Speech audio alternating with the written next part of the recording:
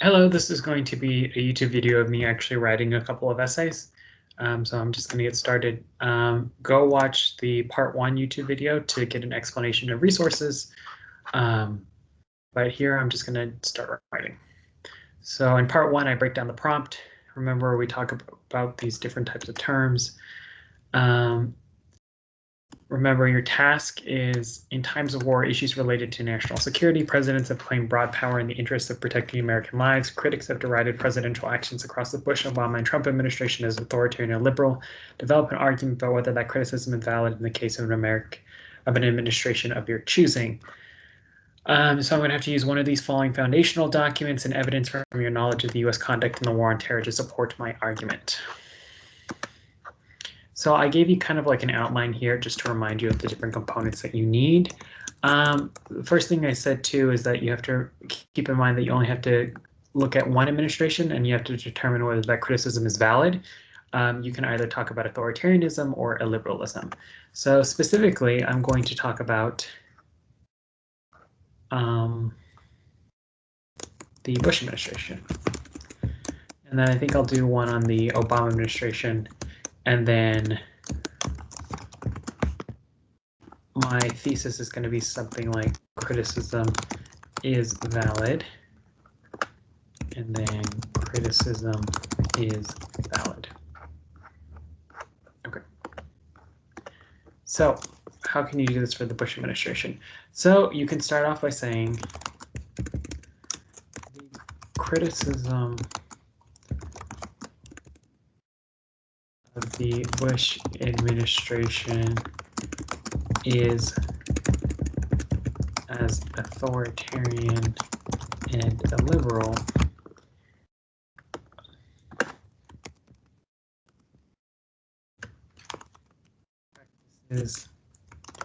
is valid because, remember, it has to have a claim and a line of reasoning. The Bush administration the authority to torture. You can get politically incorrect with it, or you can use the term enhanced interrogation technique. It's up to you. To torture suspected terrorists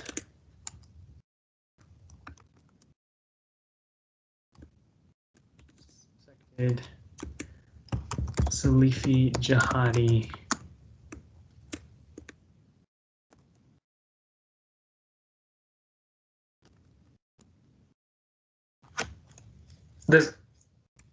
and they weren't just terrorists, they were insurgents too. But now we're just getting into technicalities, but I also just wanted to raise awareness. There are different types of terrorists too. I don't want us to like associate terrorism with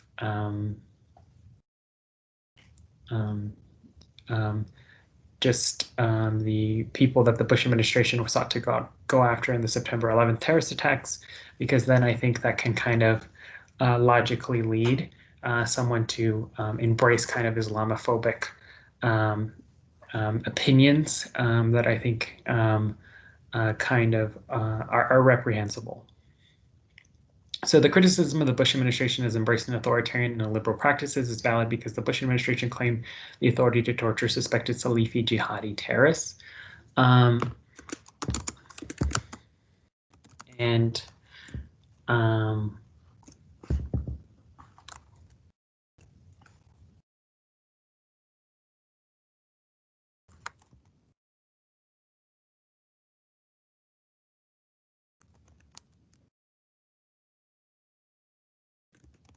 misled the American people about the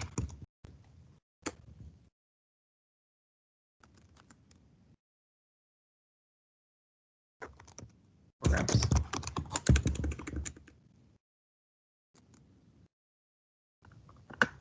The interrogation programs. So obviously this isn't going to be a very sophisticated essay. This is going to be an essay that given the facts and resources that you were given, you should be able to put together. And so name, describe, and explain foundational document 1.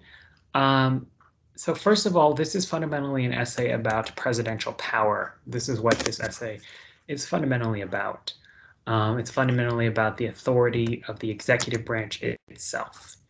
And if you think and you find any of these practices reprehensible, then you might want to use a foundational document that is critical of executive power and the power placed and vested in the executive branch under the Constitution, or is that at least critical of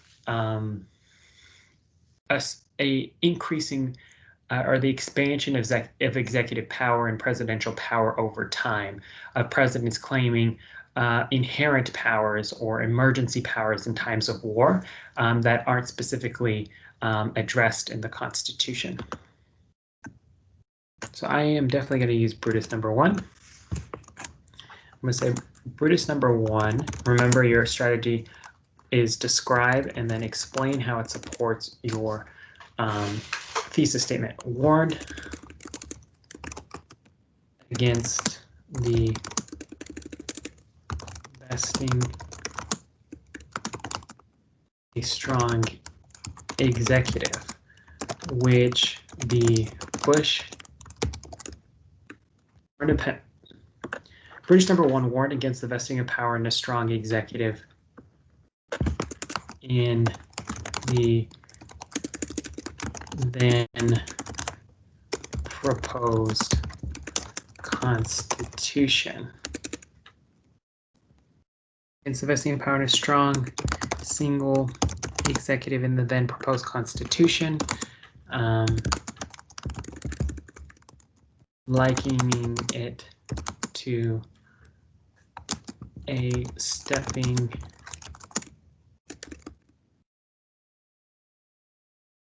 to monarchical rule that the colonists had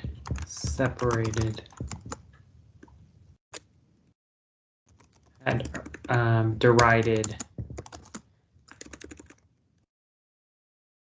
not very many years prior.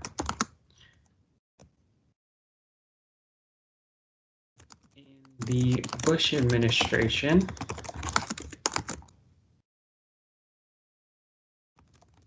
so this is the hard part, right? So you describe the document accurately, that's really good, but now you have to explain how it supports the thesis statement itself.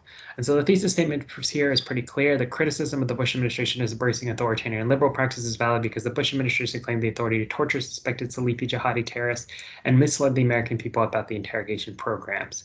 And then your name, describe, explain, description right here. Brutus number 1 warned against the vesting of power in a strong single executive in the then proposed Constitution, likening it to monarchical rule that the colonists had derided not very many years prior.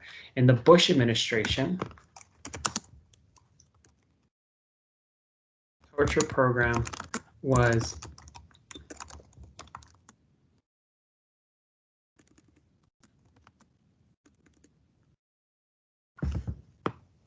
justified by, remember here, and this is where you can watch the previous video to get a snapshot of here, by broad assertions of executive power in the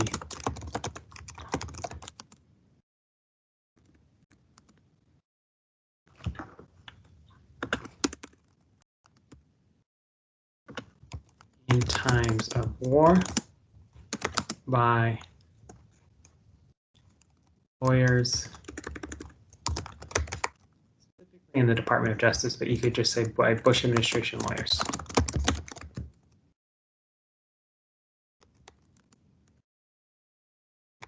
The Bush administration, the torture program was justified through broad assertions of executive power in times of war by Bush administration lawyers.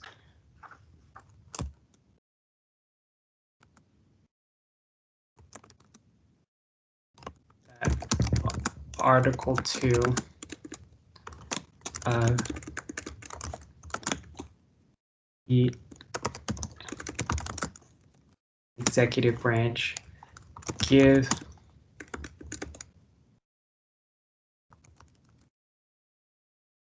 title of Commander-in-Chief it's clear that Article 2 of the executive branch gives the title of Commander-in-Chief of the military to the president. However,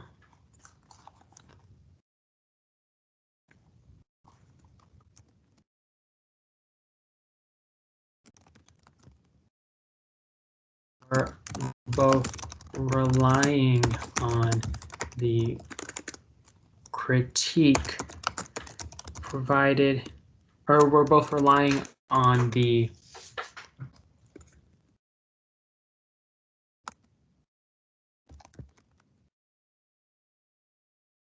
Commander-in-Chief powers enshrined in the Constitution and so right now I'm going to probably break this into 2 paragraphs because I think I'm incorporating a lot of pieces of different evidence in this 1 paragraph. And sometimes too, the best essays aren't necessarily going to have like this very clearly delineated like 2 pieces of evidence that support a thesis statement, right?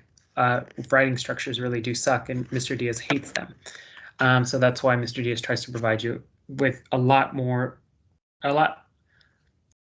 with a more limited writing structure than previous teachers have probably given you. But it's okay to be thinking through this, right? It's okay to be wrestling with how is this best going to work to support my thesis statement. And so right here it says British number 1 warned against the vesting of power in a strong single executive and then the proposed constitution, liking it to monarchical rule that the colonists had derided not very many years prior. In the Bush administration, the torture program was justified through broad assertions of executive power in times of war by Bush administration lawyers. It's clear that Article 2 of the executive branch gives the title of Commander-in-Chief of the military to the president. However, the executive branch lawyers are both relying on the Commander-in-Chief powers enshrined in the Constitution, and Broad claims that the president has inherent powers in times of war. And so remember, inherent powers are powers that are not specifically found within the Constitution himself, but they include emergency powers that presidents have declared in the past. And so this probably suggests that the Brutus number 1 criticism of vesting power in the executive is probably not in and of itself what allowed for the torture program to come into being and into existence, right? But I still want to relate this all back to my thesis statement about illiberalism and authoritarianism. So I'm going to do that in a bit. But first, I'm going to find out, can I break this paragraph into like 2 different paragraphs and count it? So Brutus number 1 warned against the vesting of power in a strong single executive in the then proposed constitution, likening it to monarchical rule the colonists had derided not many years prior.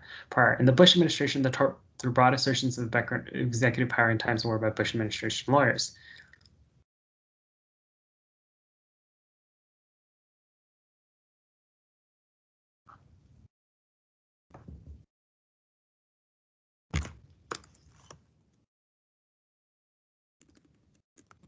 So this part I think I'm going to address probably here, right? When I talk about conduct of the program in the global war on terror. I'll talk about it here. But right now, I want to talk about this, specifically Brutus number 1, right? And say that his criticism of a strong executive is probably valid. This number 1 criticism of vesting power in a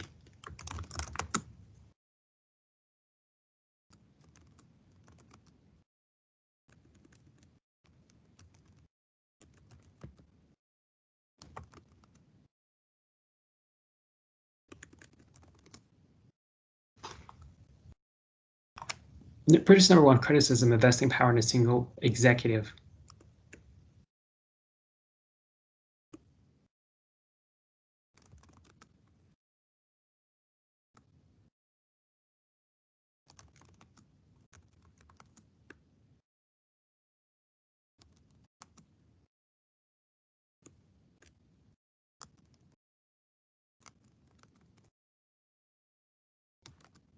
British number one's criticism of vesting power in a single executive was that executive power can lend itself to authoritarianism.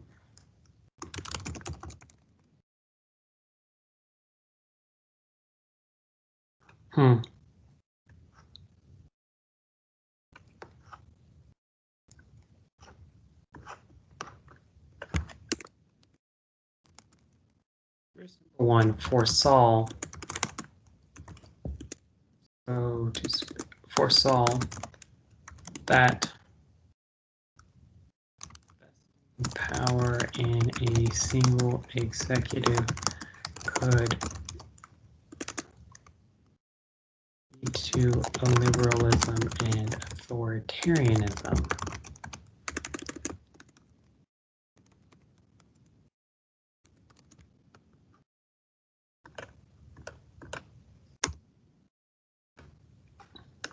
I don't really like this explanation of how it relates back to the thesis statement. Let's say more specifically.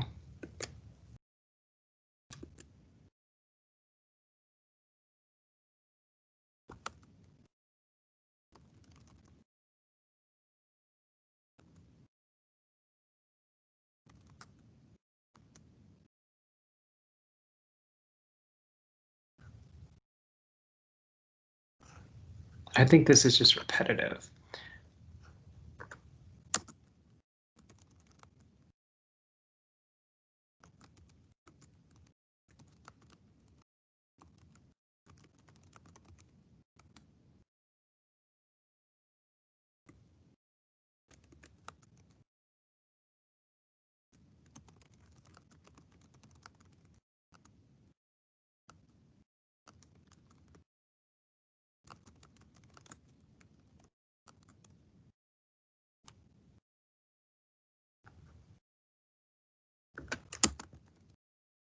Remember too that we discussed this earlier in the police debate, where British number one was also concerned with the single executive and national that was responsive to the executive.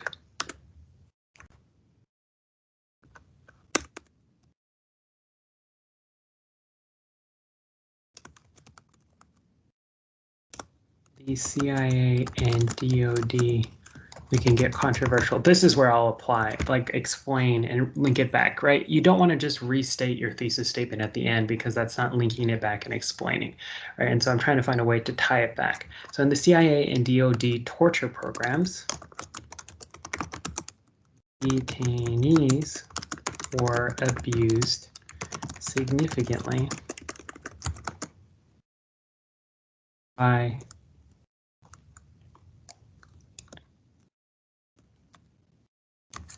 executive branch agencies, so both are executive branch agencies that the president has authority over. The president himself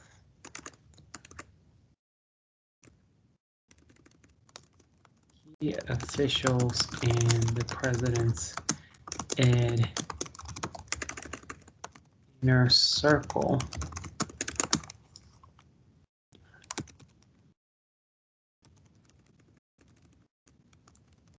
advocated for the need to take the gloves off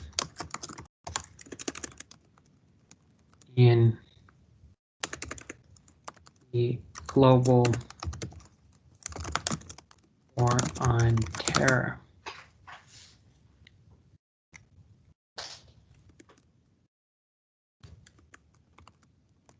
Which led to lawyers searching for a legal basis.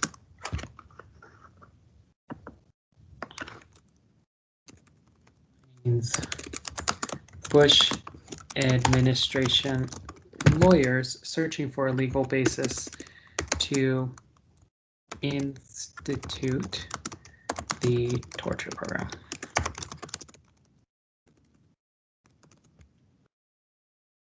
All right, so that kind of explains how it goes back to that. I think you can even explain it further by saying and making the logic more explicit and saying that the executive power vested specifically the president's commander-in-chief role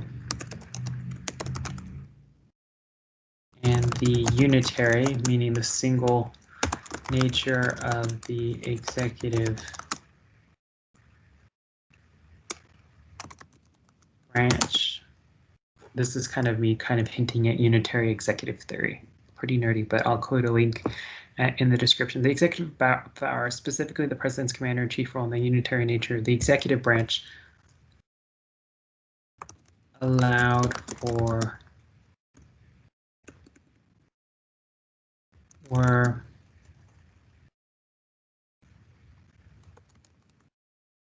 sufficient legal basis for Bush administration lawyers to justify their torture programs, but were certainly a good start. The executive power, specifically in the president's commander-in-chief role and the unitary nature of the declaration. Well, I think too, I'm not going to get into the technicalities. So I'm not going to put this. I'm going to put were used as legal basis for Bush administration lawyers to justify their torture programs, but were certainly to justify that. So you can see the explanation here is a little bit lengthy, but you can see right here I use the foundational document, which is very much a critique of authoritarian and illiberal practices. I don't need to define authoritarian or illiberal practices. That's not something you necessarily have to do in this essay, except maybe in this part too, you can talk a little bit more about like the torture programs, watch the video. It's pretty good from Georgetown University and use that as evidence to talk about the torture program. Yeah, I think this would be a good body paragraph, a name, describe, foundational document paragraph. It's good use of a foundational document to explain, to support your thesis statement. Now the Global War on Terror program. So context of the program in the Global War on Terror. Let's see.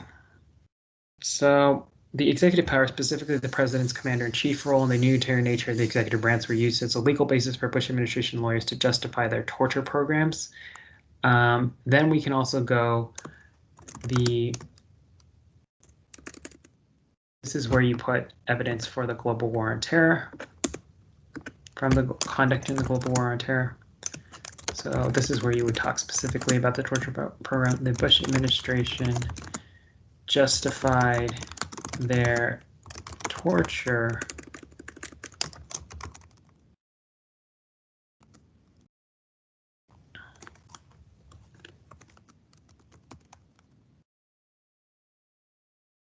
by claiming that the statute or law against torture, there's a federal law against torture, did not apply in the case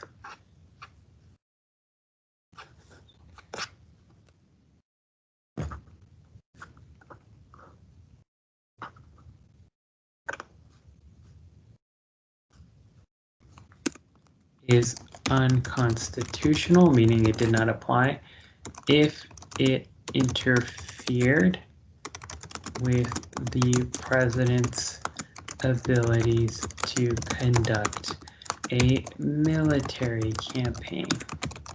So specifically referencing again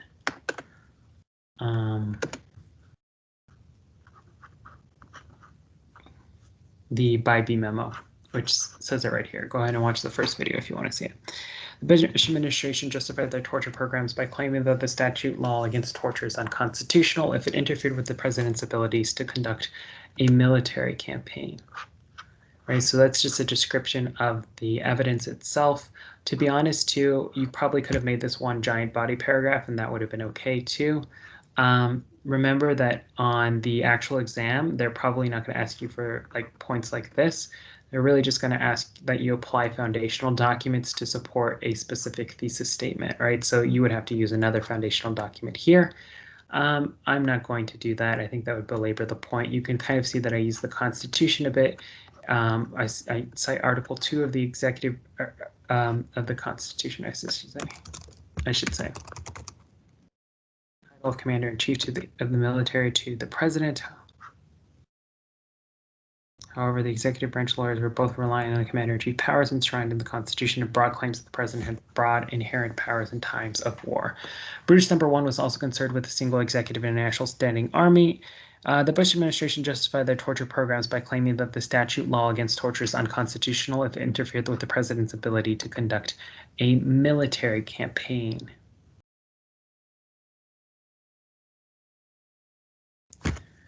And to kind of link it back, the torture programs themselves were kept under wraps, and according to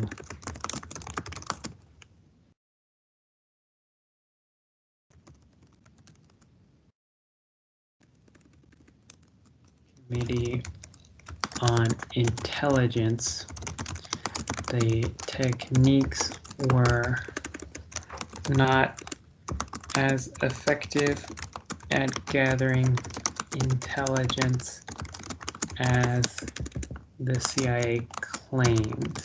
There's some pushback by that in this video by the deputy director of the CIA. I think this fact is probably unknowable. The Bush administration justified their torture programs by claiming that the statute law against torture is unconstitutional if it interfered with the president's ability to conduct a military campaign.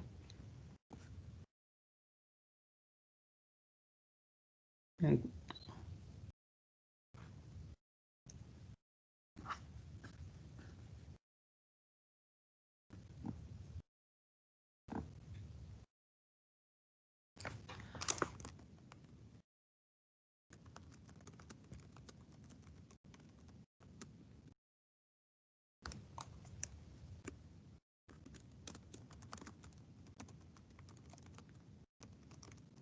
engaged in authoritarian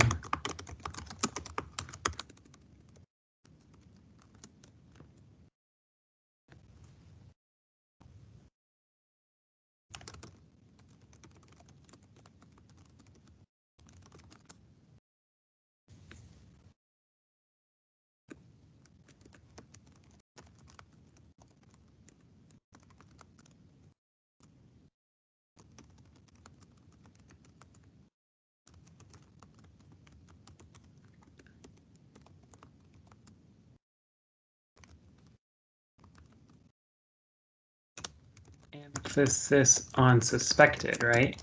Because they were not convicted in any court. And we read about Salahi, obviously illiberal, were assaulted.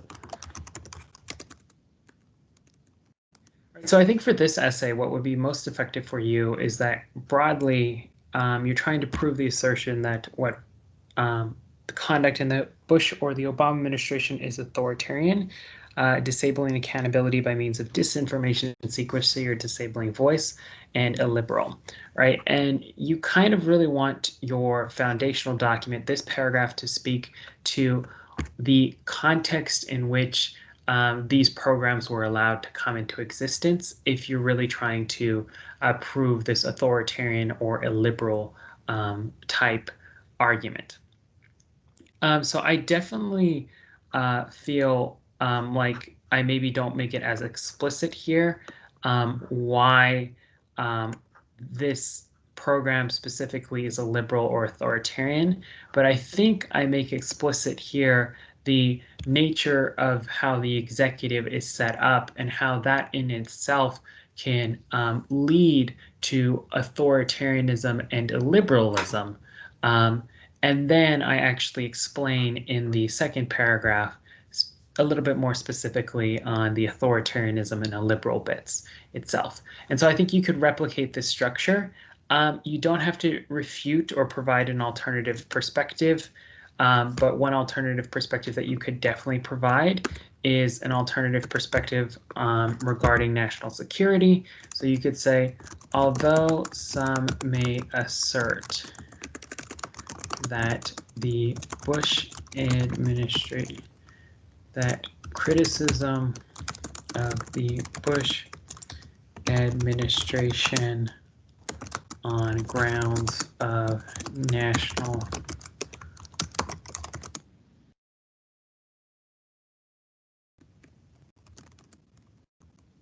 Bush administration was concerned about national security and had to do illiberal and authoritarian things. Like, I'm speaking very colloquially here, don't judge my writing. Although some may assert that the criticism of the Bush administration on the grounds that the Bush administration was concerned about national security and had to do illiberal and authoritarian things in the interests of protecting American lives.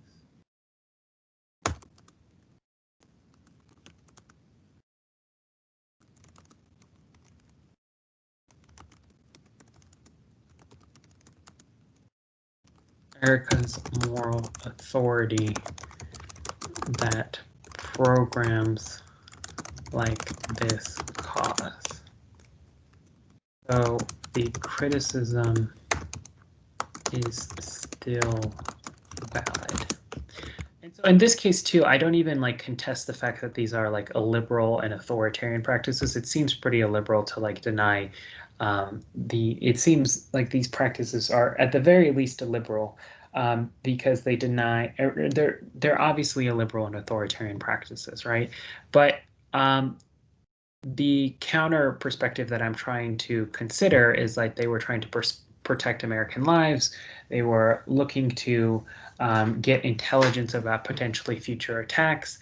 They are protecting national security. And we also discussed this interesting thing too, and it's something that Professor Arsenault articulates in the video excerpt that you can watch, that this idea of moral authority, right? So you can see that I provide an alternative perspective here, and I refute that alternative perspective.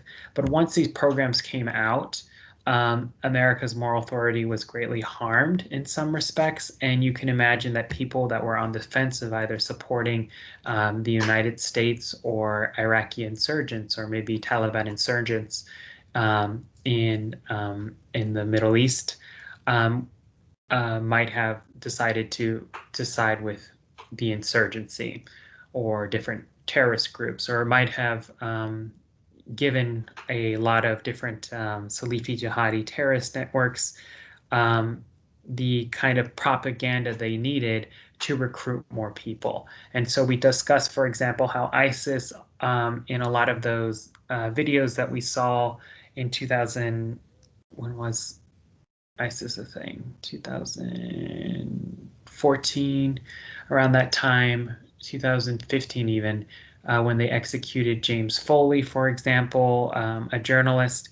They dressed, the people they executed in orange jumpsuits, and it's kind of a very direct attempt to create this moral equivalency between ISIS and the United States, and the United States' holding of detainees at Guantanamo Bay, and we discussed the interesting practices that are taking place at Guantanamo Bay.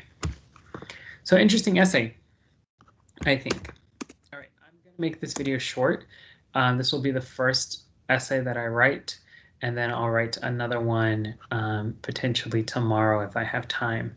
But yeah, you can see it here.